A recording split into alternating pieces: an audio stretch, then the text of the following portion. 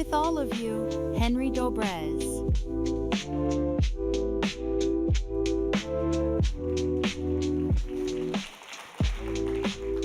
All right. Hello, everyone. Sorry, I'm putting this here. Let me check if it works the way it should. Perfect.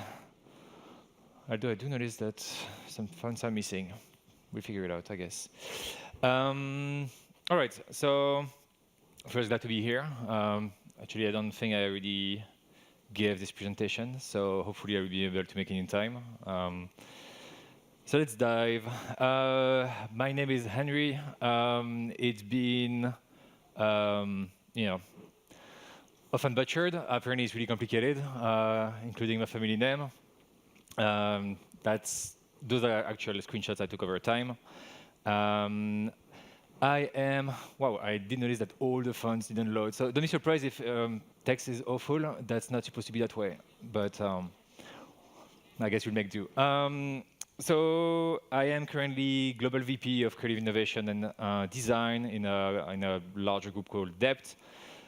Originally a company called Doc Studio, which became Doc Studio Dept when we got acquired 2 years ago. We are specialized in everything which is tech-driven, storytelling and innovation, which in return can translate to becoming a lot of AI lately. So those are some of our projects, which are leveraging some AI, sometimes some Unreal Engine, some typical web, because that's how we really started. Just going to show you a little bit of the work, and then move forward to the next piece.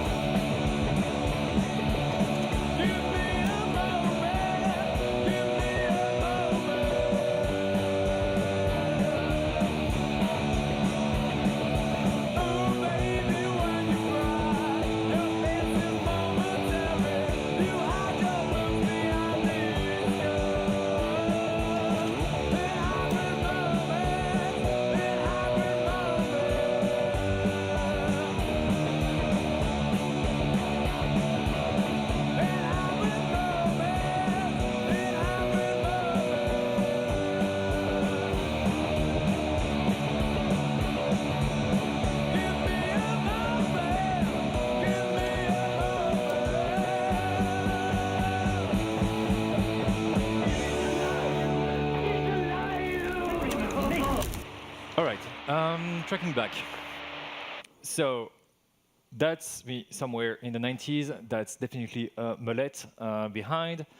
Apparently, my parents said it used to be cool. I think they were wrong. I'm married. I have a son. Those are my parents. That's important for later, but that's more of a side note for now. I come from Belgium.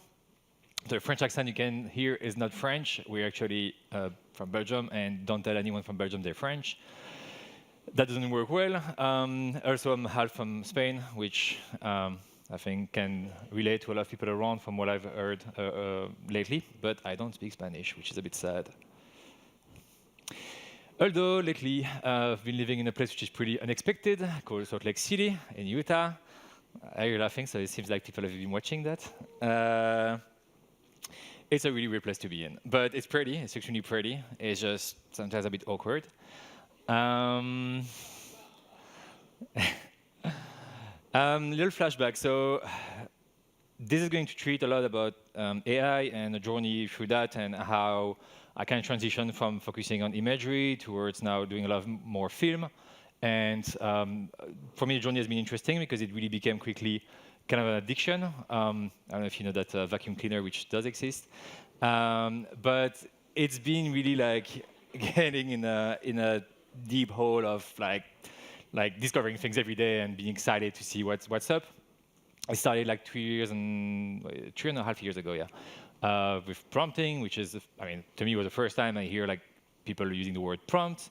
It was an app called Wombo. I don't even know if it's still around, and it was leveraging VQGAN plus Clip. So that awful thing there was actually to me pretty exciting back then because I could do it on my mobile. I would ask for a portrait, and I would have those kind of a, nearly looking like a person kind of a output, which to me was still fascinating that a machine could do that, especially even after 15 years in working in tech. Somehow, I think it's still great when you're impressed about something new.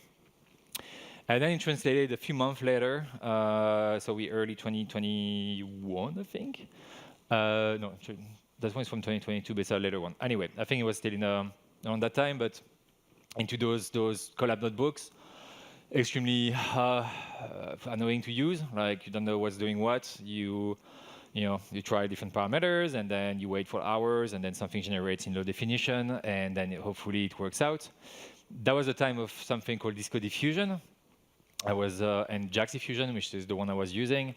I don't think I'm the best person to explain what diffusion is exactly. Like I'm not an engineer, but like to simplify, you start with a noise, and this noise, every step is refined. We move some of it, and then you converge toward an image. And that was already a good step forward. And I thought there was a lot of potential. Also at that point, once again, I've been designing for 15 years, maybe more. And so it felt like an opportunity to do something with it, right? Like the tech is not ready. Which is one of the criticisms around AI, right? People say, oh, you just prompt things and you have no creativity around it. I think, like any tech, it is what you make out of it. So in this case, I wanted to start cutting out the images and then we combine them together. So those weird outputs we've seen together, I was just going back to Photoshop, cutting pieces, remixing, and trying to create something else from it. Same in here, I mentioned JAX and Disco before. I found this portrait of a couple, and the goal was to run it again and again and again through the AI, the collab notebook you have seen, to try to transform it, like sometimes a little bit, sometimes a lot more, and then bring everything together and see how I could photo bash this to create something unique out of it. And that was a few years ago. We kept on moving forward, try more of it. That was pretty exciting because I had the feeling that I was still in control of the process. I was still using an initial image which I thought was interesting and then transforming into something which made sense to me. And at some point, a guy reached out. I had no idea who he was. I kind of ghosted him for a little bit and then came back to him later. But it's called Emad. He used to be, at the time, the CEO of Stability, which is a company behind Stable Diffusion. Since then, I think he kind of got, pushed out by the investors. But that was, the start of something new. It felt like I could start mixing influences and try new things. Didn't have to rely only on composition and cutting pieces and gluing them together. And it became another kind of level of addiction as well. Like that's my actual photo feed at that point. Like I just kept on like saving stuff and spending time on it. That was pretty exciting. But so it just was a great way to move forward. So the following 2 years started to do more art and regularly try new things. Try to build a reputation if it means anything. But it felt like just good to be outside of client work. Just do things for myself. Try to keep up the technology, which is moving faster and faster, and work on creating some of those visuals. I mean, all of them, but like a lot more of those too. And yeah, like participating to different exhibits and be able to travel and discuss about art, and which felt refreshing after spending more than a decade working with clients and having to compromise on pretty much everything at some point. And then also got lucky, as mentioned, my company got acquired, so it was even more like getting lower in that pit. Like, hey, what about having a bit of spare cash? I can actually invest in some of those companies, and a bit of luck too, because I think everything was kind of converging. It happened at the moment where like Leonardo started, which since then got acquired by Canva. Stability was at the start. Now I moved towards like more like a robotics company. I think there's something about that and how they can bring art. But so all of that to say that it was a journey which got me into a lot of different places, which have been interesting but also extremely unexpected. And I think that's something I definitely owe to, obviously, the technology moving forward, but also a lot of history and culture and trying to bring who I am as a person into my work. That happened too. And then I'm going to skip a few, but got a solo show in New York, work with one of the companies I actually invested in at some point to work on this kind of a hybrid of painting and printing, was pretty cool. And then finally back to today. I'm going to present, I think, one more project, which is more static, and then explain how this journey led to doing a lot more video. The one thing which obviously like the vacuum cleaner is much bigger. Like there's a lot more to do. There's a lot more technology to keep up with. There's a lot more interest as well, and it's a lot more public. I think it was actually pretty exciting when I started working with AI technologies that it wasn't. It felt like pretty niche at the time still. And so it was a nice community, and I feeling it was doing something really special. Now it's that mainstream. It feels a bit different, obviously more regulated, which could be a good thing as well. But also, it's really hard to keep up. Among everything which happened, there's one project which I think is worth mentioning because that was pretty rewarding. So for the last 2 years, I've been engaging with cancer patients, survivors, and caretakers to offer them a chance to create a portrait which is going to reflect their journey and who they are as a person. To be honest, it's been heavy at times. I'm going to go back on the process, but I think it was really rewarding for a few reasons. One of them is, going back to my parents, is that both of them died from cancer at different moments. So my dad died in 2020, my mom in 2012, not 2012. And then, easy enough, and funny enough, in 2023, when I went for kidney stone on one side, they noticed there was something on my left side, which they thought was a cyst, turned out to be a tumor, which got removed since then. So I'm currently in remission. Hopefully everything will go right. And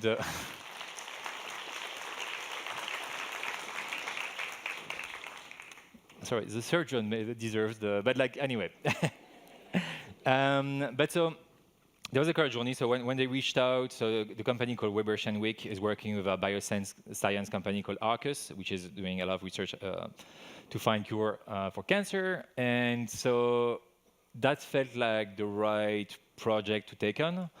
And so the way it was working, and it's still working because I have more interviews coming, is that I'm meeting with the patients or the caretakers or the family or the person that chose for that project. And then we would discuss for like a couple of hours.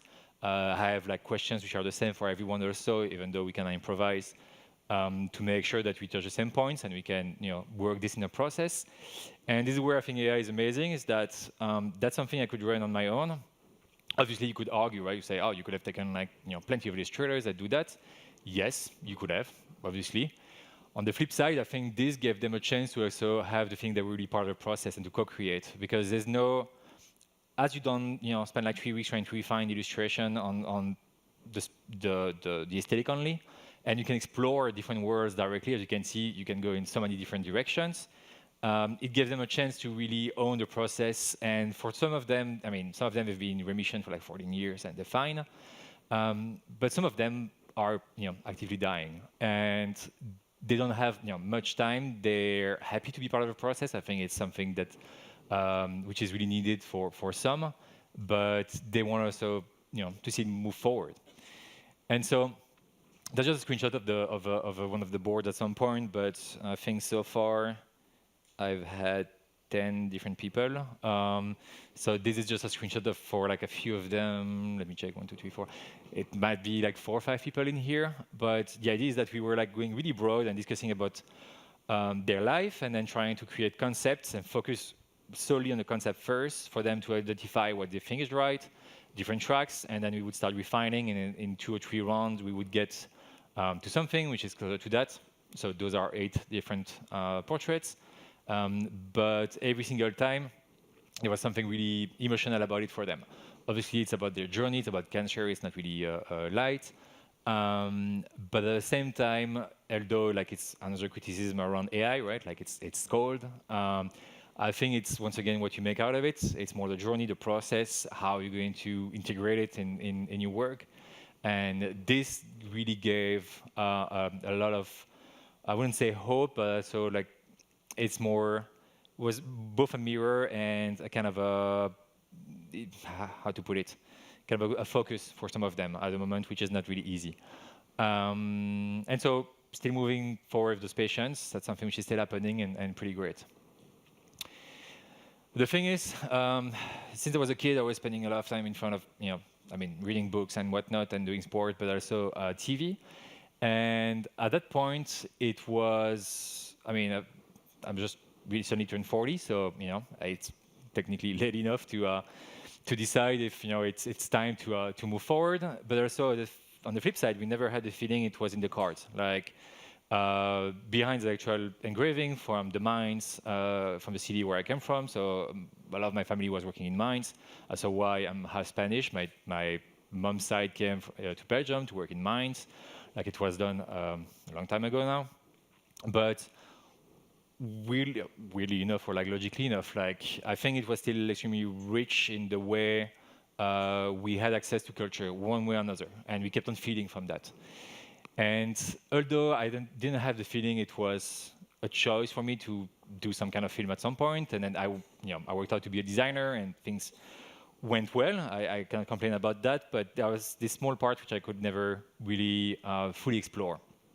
And this is where you see that the fonts, when they're messy, doesn't work. But the bottom line is that life is really messy, and this is, from college to today, a lot of things happened, and I went different directions. I tried different things. I went from teaching digital painting at some point to working in the shops, and then to starting to creating startups, to graphic design collective and whatnot. But there was no real place for filmmaking at that point. Trying to be aware of time as well. The one thing though is that we had that's not ours, but that just illustrates. But we had a nice collection of VHS. That obviously feels like a different century now, but that was great. We had, we had access to this, and we could feed from that. So, once again, apologize for all the messed up fonts. So when Coca-Cola reached out 2 years ago, and now, 2 years ago, no, 1 year and a half ago, they had this project. They wanted us to create a film, but the briefing was extremely open. It's like, we want you to use as much AI technology as you can. Back then, Runway was the one thing on the market which was kind of stable. You had like this slow motion on everything that wasn't really working out. And so we took a different angle. We focused on trying to translate a 2D animation into a rendered kind of a claymation aesthetic, which felt more right and the direction we should actually take. So building our workflows on the Comfy UI, doing a lot of R&D to figure out how we could have the best control, a lot of animate diff to try to work it out. Once again, early 2024, tech is moving fast. We were not in the same place we are today. But the goal was really to transform like this 2D animation, which is, this one is unpolished, so we work it a little bit, but into that kind of a render. And so it was kind of a process from the animatic. We got it to the AI, used LoRa for the claymation rendering, and then we had to manually correct like hundreds of shots, like literally manually frame by frame in Photoshop, and fixing what was wrong, and then upscaling for the final result. Background's the same. We did a sketch, build a workflow, enabling us to translate a sketch to a first render, and then do several rounds of retouching, upscaling, animation. To have all the different layers, and then we would work with the characters, and then obviously do a compositing. I'm going to play this, gives you kind of a making of.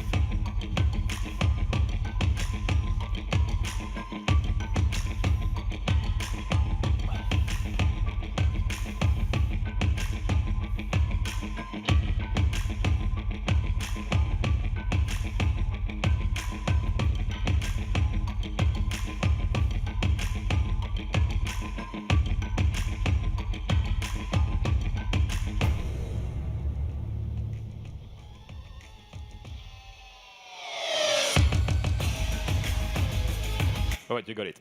I see I have 10 minutes left. So I'm going to zoom through this one because I know it's a similar approach, but I would say the main difference that we work directly with models to integrate them in a workflow which is similar. The point was to use CGI. For example, the gate is in CGI, the backgrounds are AI, and obviously the rest is shooting. Once again, coming back, I think like all this, coming to maturity, and that's why I call it coming of age. I think we are moving forward at a really impressive speed, right? But once again, the tech is just the tech, and when people just complain for the sake of it, or like keep on going back to the same debate, which, I mean, are real debates, right? Like training models and data. But then you kind of miss, I think, a lot of the how precious it is to be able to use this technology and try different things and to work out different workflows. Skipping this, maybe the last part, I think I should be right on time. I won't be able to show everything, but there's two things I want to discuss before leaving. Number one is at some point, so to keep going with the story, like end of December, Veo 2 was released. That was pretty impressive to me because the first time, since then we had other models, but where we had like natural motion and a capacity to art direct directly in something which is text to video, which is normally not really flexible. And so what happened behind is that during the break, that kind of killed my break, actually. I was supposed to be on vacation, and then I got access to Veo 2. Yay, and then I started working on the film, and that really ate my entire Christmas break. But started working on that film, which got released early January. And skipping the film, you can find online. But I noticed that obviously the reception is always kind of the same.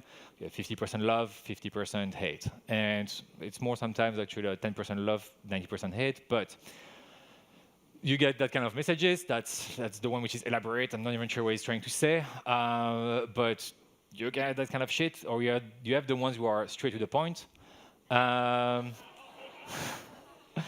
And that's been at that point it's been 3 years of getting that, so I'm kind of used to those conversations. But also on the flip side, I think it was interesting to me is that I was in a different industry, coming from digital and not being in entertainment in any way, and it opened a lot of conversations with a lot of people who are like running in major studios and executives who try to understand. So what's interesting is that you have a lot of people complaining who are on the ground level, but then it turns out that the ones who are actually deciding what's going to happen next are already thinking about it. Obviously, like there's the typical like, is it cheaper, is it faster, is it better?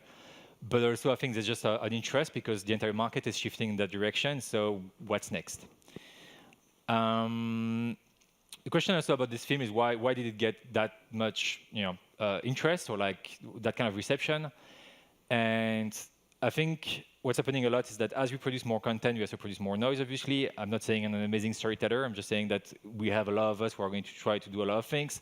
And a lot of it is going to just be, noise. And so my take on that might be wrong, but that this film also performed because it gave also kind of a perspective that you could still try to bring some kind of a heart and some kind of story versus, going fully sci-fi 90% of the time. And also, like the thing is, like no one cares about an AI film, right? Like that's the thing. I don't like the idea of AI filmmaker. I know that a lot of us are calling, ourselves AI filmmakers. It shouldn't be. We should just be filmmakers, and hopefully we're using whatever tools in the market, and then we hopefully do good films. To close on that, so that's also should be just right on time. That's also why it was great. So I was in San Francisco for Upscale, and actually I had to miss yesterday because I was also invited to be at the Google I/O because a few months ago, Google reached out for a project. So maybe I'm going to just track back a little bit because that's really embodying us all of what happened with AI. If I come back, this is this character, which back then I called Kid Zero, Kid O, which was a perfect vessel to explain a bit more of my history and how things went. And when I got this project, so basically Google reaching out saying, hey, we want you to do something for I/O, and you have full freedom to choose whatever makes sense, which is a lot of pressure too. But so I got back to something which I started once again 3 years ago, just when I was mixing, photo bashing as mentioned, just like mixing references and elements. I created that character by using a 3D software to just have the posing, and then I was doing those, as mentioned before, Disco Diffusion and Jax Diffusion run on it, and then started to create kind of a universe around it, or to do those still images, and then it was great because I could still create stories and focus on the character and the aesthetic and everything, but then I was kind of building a world around it as well. And so as I move forward and tech got a bit better, it started to be easier, so those were more recent. I think it's pretty obvious. But then also, like a few months ago, like, hey, you know what? Why not try to animate it and to start making kind of a trailer of a show which doesn't exist and see what we could do out of it. And so when they reached out with the project, it felt like a great opportunity to try to bring that character and to tell a different story, which should be hopefully personal. So a few things, constraints, obviously, have to use text to image, text to video, image to video, and they have to come from the Google ecosystem, which if you're familiar with it, is video is amazing, Imagen is amazing, but you don't have lip sync, for example, is out of the way.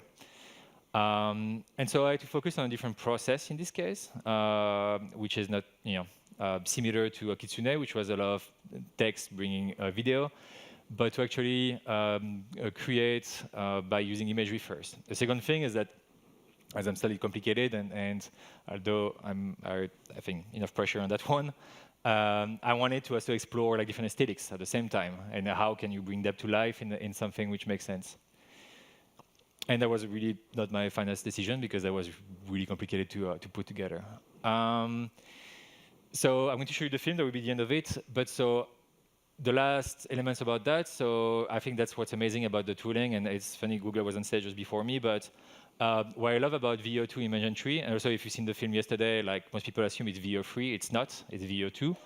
I didn't have access to the newest, but is you can really iterate, like those are literal versions, evolutions of the same visual, going through refinements of what I'm creating, and also photoshopping obviously at some point.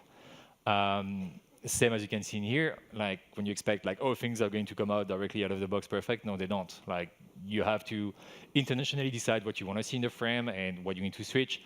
I wanted to have postures which are reflecting my actual upbringing. So there's like rock postures on the wall, but also like this Walkman, because obviously you had no idea what a Walkman looked like, or even the book. And so it led to creating all the static shots. So the entire film was created shot by shot, static images first, making sure I had them right, and then getting them into VEO to animate and to get it the way I want it. So I'm going to run the film now, and I think I have 2 more slides after. If it plays.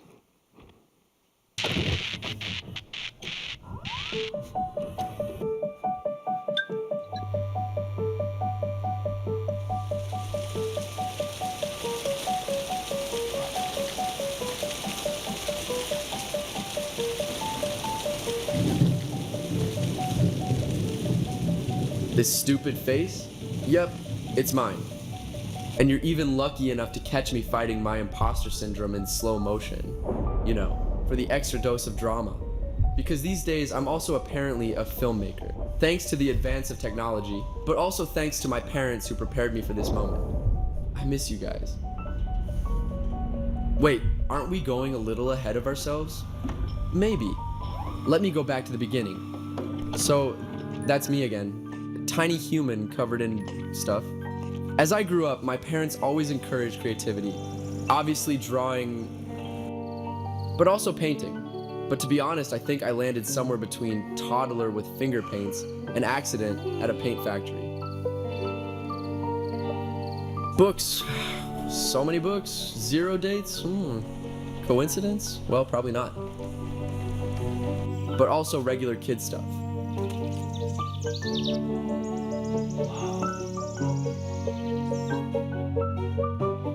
I mean, at least for most of it. But the real education? Well, our extensive collection of VHS tapes, of course. They amassed hours of stories, and inexplicably, 3 hours of 1980s television adverts. It certainly explains some things. For me, stories were magic keys. unlocking doors to fantastic worlds hidden just beyond reality and significantly more interesting than, let's say, Tuesday. I wasn't just me anymore. I was a hero, a wizard. I was anything. But today hits differently, and the careless days of my childhood are long gone. Why am I about to get smashed by my own insecurities, you ask? Well, to start with, I always struggle between bright, vibrant colors and bleak, sad, and rainy universes. It is choice paralysis, too many options, and it seems to be linked to our creativity, which is actually located here and also there. So, what if this endless journey through each and every single one of my inner worlds ends up, well, absolutely nowhere? But also, what if I am actually defeated by these intrusive and exhausting thoughts? It's like being trapped in your own head. Am I a filmmaker? What do I know after all? You have absolutely no idea what you're doing. Stop this nonsense. What would mom and dad think of you? What are you even doing? Just quit already. I'm so tired. And that's when it clicked. It never has been about the perfect path. It is all about embracing the uncertainty and exploring every corner of our own identity. Create your very own world. This wasn't just a project. It was a quest. Taking everything I loved, everything I learned, and making something new. You just need to start, to experiment, to embrace it all. And that brings me back. I hope one day kids feel that same spark. The spark my parents ignited in me. If they were here, I know they'd be proud. Today, thanks to technology, but most importantly, thanks to them, I'm making my own movies too. Trying my best to pass that same spark along to the next generation. And especially to my son. Maybe one day he will also create his own. Or not. And that's okay too.